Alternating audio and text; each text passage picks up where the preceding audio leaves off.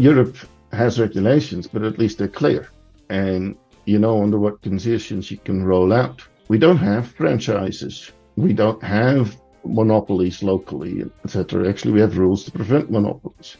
Welcome to another episode of the Community Broadband Bits podcast. I'm Christopher Mitchell at the Institute for Local Self-Reliance in St. Paul, Minnesota. Today I'm speaking with someone I've been following for many years, Rudolf Berg, who is a partner at Stratix Consulting. Welcome to the show, Rudolf. Thank you. Been listening for years too. Fun. I appreciate that. You have a wonderful presence on social media, commenting on all things internet and particularly Europe related. And in the Netherlands, you've had a lot of insights. You're deeply involved. I think you're involved in setting up the Amsterdam IX, right? Oh, no. I helped establish the Dutch-German Internet Exchange, which is in the east of the Netherlands, which was a project from my university, Twente University. We got broadband there in 1994. 10 megabits to each dorm room, 100 megabit in 1998. So we had more bandwidth than almost anybody in the world. And then this guy starts this hotel booking website, becomes a bit popular and realizes that across the road from campus, internet data is 10,000 guilders per 2 megabit. Let's say $5K per 2 megabit, whereas on campus, of course, he was paying €10 for 100. And in Amsterdam, it was 2K for 2 Mbit, so it was easy for him, and he left with his firm Booking.com for Amsterdam.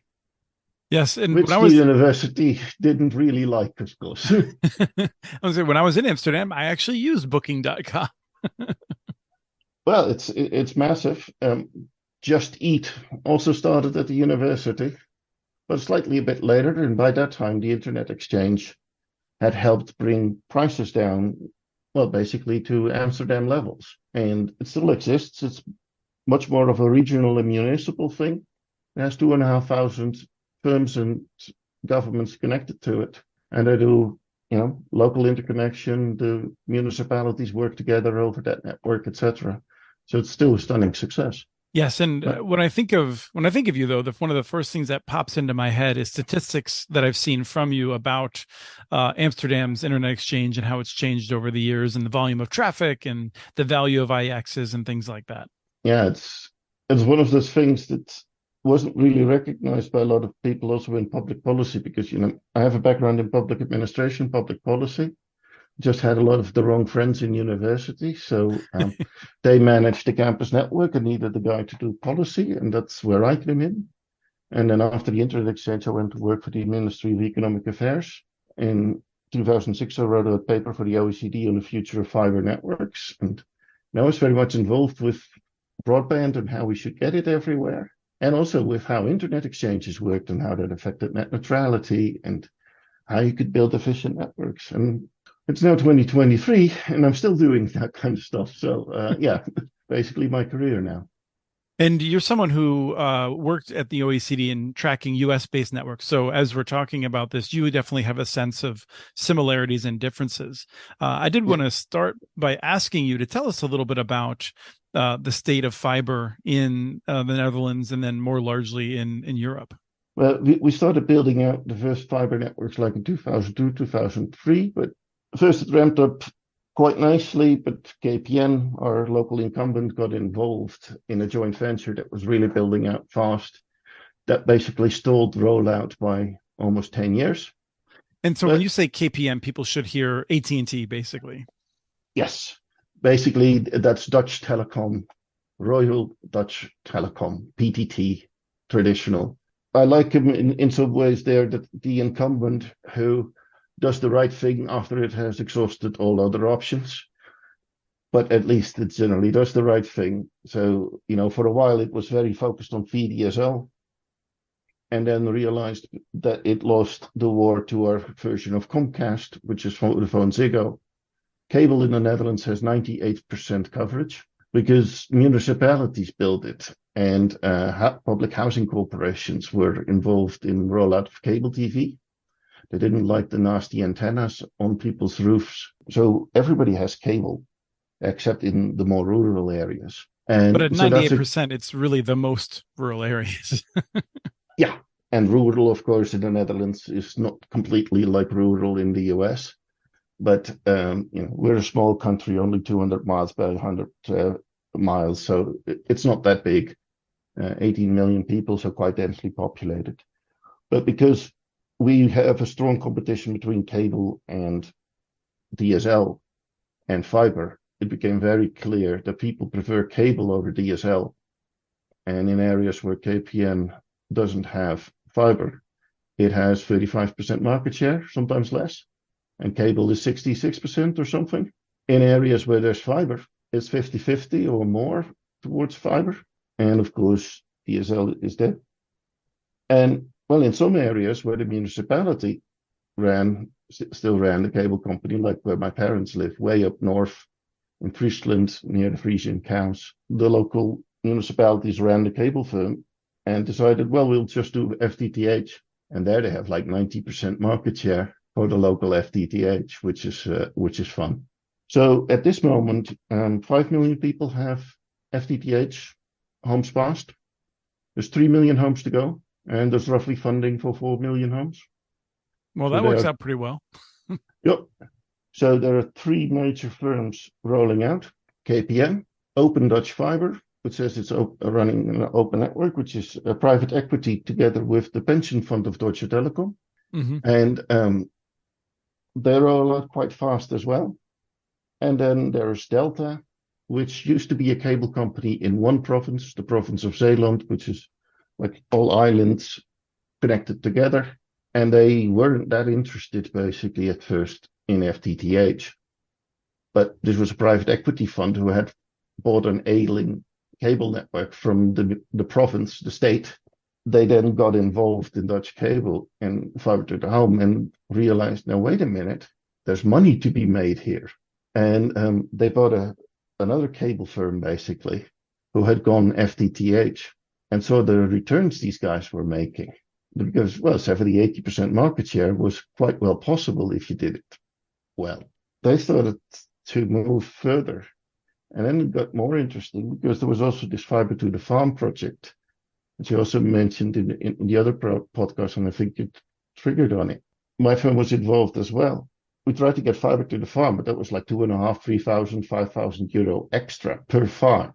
And, how do you get that financed? But it turns out that most farms are, of course, businesses, and people living outside of towns often had a business of their own.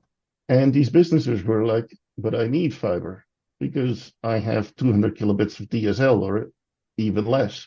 I can't run a milk robot like that or whatever I need to run my farm. What do you mean 5K or 3K or whatever? I'll pay you from my investment money, deducted from my taxes. Mm-hmm. And you better hurry. So they had made this entire business case. My firm was involved with the bank, the local cooperative Rabobank, which does a lot of the farms. They had secured the funding and loans, convinced everybody. And then it turned out 80-90% of the people paid that 3,000 to 5,000 euro up front instead of over 10 years like everybody expected. And so the only one who was upset was the bank manager because he'd gone through all that effort securing the loan, and these people paid the loan off in the first month. Sure. Thank you. We don't need your money anymore. Right. That's funny. And, well, private equity funds being what they are, they were like, now, wait a minute, we can pull that trick in other places. Sure. And then they started. And, well, there was even one province who, the same cable firm that helps that serves my parents was tasked with doing rural areas which were supposed to be too expensive. When the private equity guys realized what kind of money there was, all of a sudden a lot of rural areas became profitable. So these guys had looked at the most profitable rural areas where they could start for the province with subsidies, only to find that when they basically wanted to start, that the Delta people were going like, but we want to roll out. The province, of course, was like, okay, well, that saves a lot of money. Sure. But this local firm owned by the municipalities was like, yeah, but we just put all that money into engineering, etc., in designing. But, that province is doing really well and is now doing the last 600 really expensive farms, which is going quite well. So we really have a good situation at the moment with lots of fiber rolling out. It does sound like the market dynamic is leading to a lot of investment, and I'm curious about that. The business case seems so good. I'm kind of surprised because one of the things we take for granted here is that Europe is so overregulated that it's hard to have a business case. And it seems surprising to me that there is such a good business case there and that there isn't a concern about the level of regulation making the investment more risky or something like that. That's complete nonsense. Europe has regulations, but at least they're clear. And you know under what conditions you can roll out. We don't have franchises. We don't have monopolies locally, etc. Actually, we have rules to prevent monopolies. Each country is different, but in my country, in the Netherlands, if you want to roll out a network, you don't need a permit per se. The government has to allow you. They can charge you certain fees for the work they need to do. They can charge you for repaving and similar things. But even private landowners can't block you from rolling out a public network. So fundamentally, you have to allow somebody to roll out a network. I also am program manager for the Dutch Association of Municipalities. One of the things we actually now do is information sharing between municipalities and how you keep everything orderly and nice so that, you know, when repaving is done, it's done correctly. So one of the tricks we tell people is, because it's such a massive project, you get almost too much money for it as a municipality because it's too many meters and normally you pay by the meter or something like that. You can tell the telco that he can get some of the money back as a discount so that he can reach more homes and it becomes better to reach certain rural homes, but only after that the project has finished, under the condition that it's done correctly and according to spec and the repaving is done correctly. In effect, a municipality might set its rates based on an assumption of someone doing some modest line extensions.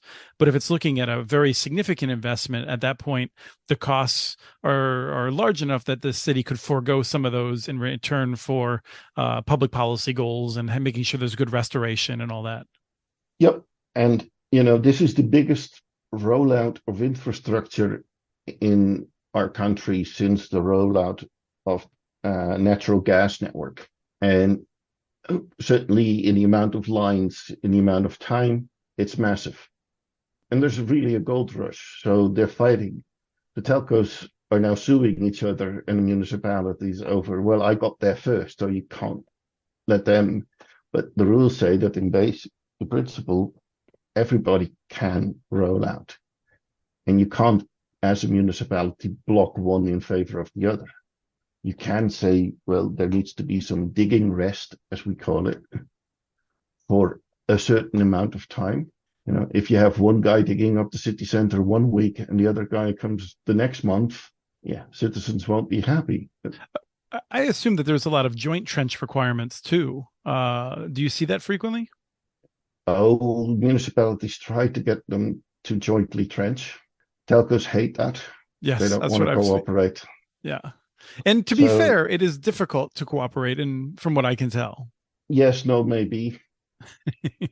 But yeah, at this moment, they want to roll out so fast and they don't want to be impeded by the next guy, that they prefer to roll out themselves. You speak of this, and I do feel like, I'm not going to come back to this over and over again, but the conventional wisdom in the United States is that if there are open requirements on a physical network, which I believe does the Netherlands require open access to other providers? You don't? Not anymore. We used to have that for KPN or incumbent telco. KPN still has a voluntary open provision because it actually sells a lot through other telcos as well. Open Dutch Fiber says it has an open offer. Delta was closed because, well, it used to be a cable company, basically, but it recently announced that it would allow like 5 or 10 other operators. And they all also go like, well, if the other guy opens up, then I will open up to him as well. And they all say, well, it should be better if we just roll out once, but then actually cooperating is a bit hard. But yeah, they do cooperate sometimes. And it also depends on the country, because well, in the Netherlands, if it's funded with public money, like some rural parts, there is generally a requirement for openness, but those are not that many places. At 60, KPN currently charges like 18 to 23 euro per line for open access, and then another €1.23 for 6 megabits of traffic, and then a whole bunch of other costs, of course, here and there for access to POPs and stuff. Average price between 50 and 70 euro a month for the full broadband package with TV. And, that's a gigabit, between 200 megabits and a gigabit. And some early trials with 10 gig XGS-PON. When you're quoting those prices, those seem a bit higher than what I've heard elsewhere. For instance, obviously, I think Free in France, and my information could be out of date, was much lower, but I think their speeds were often a lot lower than advertised. Is that right? What is the difference between being on a fiber network in the Netherlands, like the Delta, versus being on a fiber network elsewhere in Europe? Is it pretty similar? Yeah, the fiber networks are generally quite similar. It really depends on the country. So some countries are really advanced. Sweden, Norway, Denmark have done really well with fiber. Finland a bit less. Does a lot more mobile, also fixed wireless access, but they do use 50 gigs per SIM card per month. So, they really rank in the top. France was really a lot of DSL, but has put in a 10-year plan by the government in 2012 to bring fiber to all rural areas, in part because they've been really late with telephony rolling it out. So they had the longest loop lengths of anywhere in Europe. Which was no problem until somebody invented DSL. Right. And then they were like mad. Well, I talked with a French regulator, it must have been more than 10 years ago. And I was speaking with them and I said, what about the most rural parts of France? And he looked at me and he said, yeah, we're not even thinking about that. They were just writing it off at that point. Now they all have fiber. They had a 10-year plan, which will be done next year. And basically all rural areas should be done roughly almost by then. And it's really a massive train that goes through the country. I heard it from one guy who had a holiday home in a village of 300 people somewhere. And he said, well, one day a crew shows up and at the end of the week, all of a sudden we all had fiber and it worked. And then the crew is gone. And prices in France are 35 to 45 euro these days. And then you get anywhere up to 10 gig. So that's maybe my information is quite dated, but I had thought that one of the ways that Free had kept their costs so low was that they ran their exchange points pretty congested. That's not necessarily the thing. They were a bit dumb with their interconnection, like most French operators. France was the country that had more internet exchange points in Paris than any other European country had in its capital. Everybody started their own internet exchange point instead of cooperating. Okay. It wasn't until France IX started with some people that have grown to know. Yeah, those were basically none of the incumbent French telcos. They have like 4 or 5 incumbent telcos. And yeah, they still have difficulties with interconnection. But on the other hand, they do have enough bandwidth, way more than enough bandwidth on their networks. Yeah, you can actually reach that 8 gigabit if you want to. And the French operators do have to post what your real world speed will be as well. That's remarkable. Yeah. In the United States, we're told that's impossible to know, and you couldn't possibly post it publicly. But on DSL, it was horrible. I lived in Paris, but I lived on the 7th floor. And, well, my DSL would be anywhere between 15 and 75 megabits. And sometimes it needed 2 reboots from the DSL modem to retrain it to anything that worked. Sure. So France actually now has a problem, the medium-sized cities, because that's left to the incumbent firms, and they weren't as fast as the government. In part also because the government basically had all the construction crews working to do all the rural areas. But yeah, so the joke in France is now that the major cities have FTTH, the rural areas have FTTH, but if you live in a middle-sized, then your mileage may vary. Yeah. Other countries in Europe, Spain, 80-90% fiber, massive work. Italy tries but can't really get it going. Greece really hard. Eastern Europe very far generally with fiber and other networks. Belgium hardly any fiber, but 98% cable, so not too bad. And then Germany, a bit of a developing nation when it comes to fiber and mobile broadband and stuff. If you drive out of a major German city, your Spotify majors quit. No coverage. Mm-hmm. If you're outside of town in a German city or town, you may not have broadband. And through the years, I've spoken to firms with 400 or 500 people, employees, who have a location outside of town and difficulty getting fiber there. Wow. And you just go like, come on. But even in Germany, it's now moving. Deutsche Telekom is really proud that they now had 2 million FTTH connections new this year. But almost every city, major city, had its own local government-owned network. They did a lot of fiber. So those areas. And then some Dutch people who started the same network in the Netherlands went to Germany and started Deutsche Glasfaser, which was quite successful because Deutsche Telekom ignored them for a while. And they were bought by KKR, private equity. And there's quite a bit of money flowing into that as well. Mm-hmm. But Germany is the stalwart. So one of the things that that is pretty clear is that to speak of Europe is not helpful in this space. No, not just like it's difficult to speak of the United States. It can differ between neighborhoods. Well, in Europe, it can differ between countries. It's not like really local, but between countries, there's huge differences. Nonetheless, one of the things that continues to be repeated, despite having been frequently debunked in the tech press and elsewhere, is a claim that European networks really struggled during the COVID-19 lockdowns. And that's one assertion. And then the second one is that was a problem that's caused by burdensome network neutrality rules. So if we attack that first, across European networks, were there any that really struggled during the COVID-19 lockdowns? No.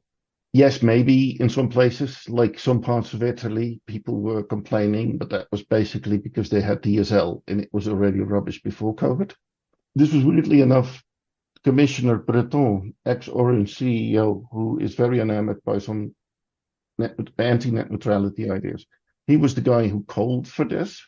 The only one who seemed to have had a bit of a problem was Deutsche Telekom, but that's a very specific thing to them. They weren't even able to give German university students video conferencing. And whereas every other European, German ISP would set up private network interconnects and, 100 gig or something to connect, and the German universities had over 1 terabit of connectivity, Deutsche Telekom was the one who had 20% packet loss. And only when the German universities decided to pay and cave in and buy transit from Deutsche Telekom, which they didn't need and which was more expensive than their normal transit, that's when bits started to flow. And, that was like 100 gig. So it's not like that was real traffic or anything. It was just, it's the biggest incumbent, it's the AT&T, and all the students are at home. But they had packet loss in their interconnect, not on their network, but in their interconnect. In the rest, our biggest problem in the Netherlands was not students who needed to go to McDonald's. We didn't have that issue at all. It was larger families, 2, 3, 4 kids, particularly poorer ones, who didn't have a laptop at home or enough laptops. So that was actually a policy thing for many municipalities. Where do we get the laptops for some of the kids? Well, that was fixed with a subsidy here and there, but traffic just wasn't an issue. Never was. And so to be clear, because you make the comment about McDonald's, the juxtaposition is that from your point of view, the Netherlands policy was vastly superior to that of the United States, where particularly people who have made this claim, Senator Thune among them, prefer to see no government intervention and And it seems that having an appropriate level of government intervention has led to the Netherlands being well suited to being able to handle that challenge. Yeah, and so most European countries, and we have competition, so our rates are lower, so it's easier for families to actually afford it.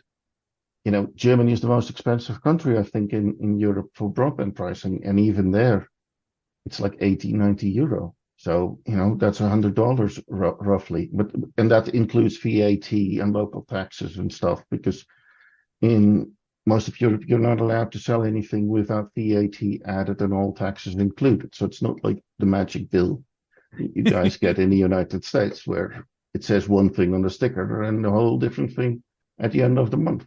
Nonetheless, there is obviously tremendous progress in many European nations to getting close to that 100% build out of high quality access, if not fiber in some cases. And yet there is this discussion, which seems to come up from time to time, that the tech companies need to pay the telecom companies to improve and to build these new networks. Where are these claims coming from before we actually deal with any of the merit to them?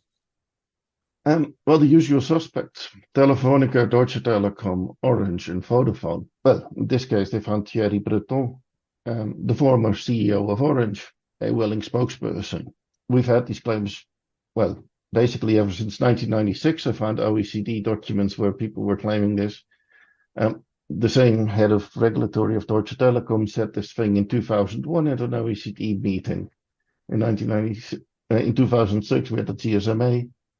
In 2011, these same firms did an ITU proposal, and I organized the Berg OECD meetings on IP interconnection, where I brought the peering managers of Europe together with the regulators for basically the first time FCC was there as well. And it was like, oh, wait, this works completely different than our incumbent telco told us. Yes. And it's a bit weird because basically it's only these firms who really are difficult to interconnect with and peer with. Most other countries have very well running internet exchange points, where lots of the local ISPs and non-incumbents happily interconnect. Even some incumbents like British Telecom is very good at interconnecting, has one-net caches for everything, peers with everybody. It's a very big difference sometimes also between the techie people and the people doing marketing and regulatory affairs. It's magic.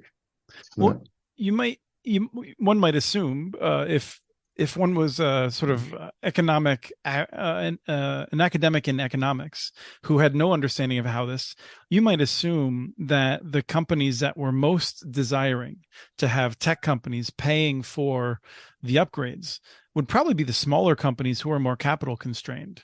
But it sounds like you're saying it's the companies that have the most access to capital who are crying about wanting others to invest in their networks for them. Yes.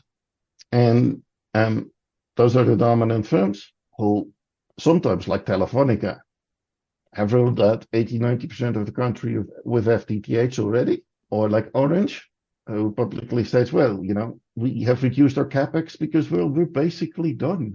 Sure. So this is just a cash grab. They're not even really trying to do anything. Well, for Deutsche Telekom, at least you can say, well, they still need to upgrade because they started basically 2 years ago, and they have the largest country in Europe to go. So yes, they were late and on the wrong market circumstances, but many of them started when cash was cheap. So, and also traffic-wise, there's no reason for it. It was well researched by Berg the previous time. Traffic doesn't cost that much. Weirdly enough, you say economists. Well, economists are actually part of the problem here. I say that frequently, actually. Because economists generally don't understand anything of networking or telecommunications or what traffic costs. And so you see the wildest claims, like, well, we need to build these networks because traffic is exponentially growing. Yes, well, everything is exponentially growing, even my belly at sometimes. But, what's the exponent? It used to be like maybe 50%, but these days we're talking about 20% traffic growth. That's even what Deutsche Telekom says. Mm-hmm. even Deutsche Telekom tells the regulator we didn't have any trouble with traffic during COVID. And so 20% traffic growth. And the nice thing is that Dutch KPN did a wholesale offer. So it also mentioned how much traffic you would get for that. And it was like, well, average traffic is now 3.87 megabits per connection, and we give you 21% growth. So we'll just make that 5 so that there's a bit of space, and fine. So now, as of 1st of January, it's 6 megabits that they get, which is still madness that you actually need to pay for it, because it doesn't feature in their own business case, of course, because they roll out FTTH at 10 gigabit XGS PON. So really, it's not the traffic. Mm-hmm. We have weird situations like, the head of France Telecom, Orange's broadband, going like, well, all that traffic, we can't handle it. And then you make a simple calculation of how much traffic he does with, the customers that he has. There's 30 million households in France, 6 million, so that would be like 180 terabit. Officially, they do like 40 terabit of interconnection according to the regulator. And this man is promoting in a Nokia website a router that does 230 terabit of capacity. So basically, he's promoting one router that could handle the entire country of France, all internet traffic, through a single box, which of course you wouldn't build and design like that. Right. Buy 16 of those, put them in 4 locations, and then 4x4 or 2x2 redundancy. For a country like France, you should be able to handle a bit of traffic here and there.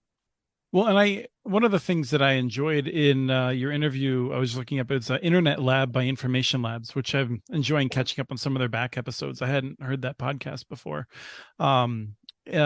Is that a lot of the traffic, the top traffic trafficker, I guess, in many of these countries is not Google, it's not Facebook, it's not the big tech companies. What is it? What you were pointing out is, I think what caught my eye was in Italy, it was like Juventus and other Serie A teams, right? It's football, and the proper football that you play with a foot. Yes. What we call soccer, which had been called, I believe, association football back in the day. So football in several countries like Spain and Italy is now exclusive to over-the-top internet. And people use it massively. And so the internet exchange points are reporting peak after peak because of sports. In my country, it's Formula One racing. And the current world champion is Dutch, and everybody watches it. And that causes actual traffic peaks on networks. We're talking for a company like KPN, I made a quick calculation, was like something like 2.5 terabit for 4 million customers. So that's like 600 kilobits. And there's this really nice small Dutch cable company, SKV Veendam. They have like 11,000 customers. They have everybody, they have 93% market share or something like that. So they are a really good example. And they publish their data statistics. It's just available on their website. You can just go there now and see it live. It's potato country. There's nothing there other than, normal people. They do 33, 37 gigabits when there's a Formula One at 9 p.m. at night. So peak on peak on peak. Normal traffic, 26, 27 gigabits. Of course, they still have TV on a separate wavelength. So they still do normal cable TV. So that's a bit less, but Mm-hmm. If you do IPTV on top, 5, 6, you should be fine. And that's just actual normal use. So yeah, Netflix is a load, but at this moment, it's sports that you need to design for. And even then, there's this smaller Dutch ISP who was like, F1. That's all coming from AWS and some other things. So let's call the nice people at AWS and see if we can get an interconnect upgrade, because at this moment it's 2 times 10. So it was like, can we get 4 times 10? The response was no. We don't do 10 anymore at AWS. You can get 2 times 100. Right. I was peering, it didn't cost either party anything. So he said, well, the rest of my customers didn't mind either. That I have 2 times 100, his business customers, etc. It's not like he really was peaking that high, but oh well. Yeah, he can handle a bit of growth for the coming years. And so the answer is this isn't a problem when you build the right infrastructure, and not only that, and the people behind the scenes, the technical people are doing the right work of working out the peering arrangements correctly. There's just not a problem, and there's not one on the horizon. Exactly. Even the people from SKV Veendam don't even bother with peering because they have 2 times 40 gigabits. So they do 33 now peak. And they were like, yeah, but if we go internet exchange and peering, that's actually work. So we just bought transit, and the costs of it, even with what KPN would charge, like it's €1.20 for the 6 megabits that they charge their ISPs. If you take that into a business case and you make 45 to €55 a month from a household, it's just not worth it. And of course, reality is the Netherlands has the lowest prices for transit in Europe, basically, because we're very well interconnected. It's 4 cents per megabit or something if you do it in Amsterdam. Mm-hmm. And that's transit. So you hope to peer like 70%, 80%. It's just not a problem, except if you need traffic to Deutsche Telekom, because that's 80 cents per megabit. Those are the weird ones. Those are the problem, actually. This whole idea that we need payment from content providers is madness. And BT actually provided a lot of the statistics that I use to show that it's madness, because traffic growth wasn't that much, not even during COVID. It was more during the day. Right. It was a different peak, right? I mean, it was often not even as high as the evening peak, but it was more stretched out over the day. Right. So more bytes during the day, but the evening peak wasn't a lot more. And in the years after, the evening peak didn't grow as fast. Even our incumbent telcos don't really know how to lie about it sometimes. And they write a blog post, Deutsche Telekom did, like, yes, YouTube is 350 terabyte per day on our mobile network. That's unsustainable. But they have 53 million SIM cards. So that's like 7 megabyte per SIM card per day. So I joked that that would be only unsustainable if they actually used 5 floppy disks to send it to their customers. And that's also the madness of this whole debate. Why are we having this debate? There just is no logic behind it. There's a bunch of academic papers that make all kinds of wild claims, but no real hard data. They had a consultant report that said the OTTs needed to pay like 30 billion a year, 35. And then the French Telecom Federation came with a number of, for France alone, it was 2 billion a year. And then one day I was like, now wait a minute, how much is that per household? It turns out that the French say it's €5 per household per month. But the European Association says it's €15 per household per month for all of Europe. So how are these French guys doing it at a third of the price? Right. As all the other ones. Right. They just made up the wrong number. Yeah. Yeah, there's just no logic and proportion behind it. And yeah. And that makes it even more sad for those areas that don't get fiber yet, because a lot of time and effort is wasted. There are a lot of possibilities because we can now do more state aid. It's, the basic rate is now 100 megabits symmetrical, basically, that you need to get everywhere. The Netherlands has gone for a gigabit.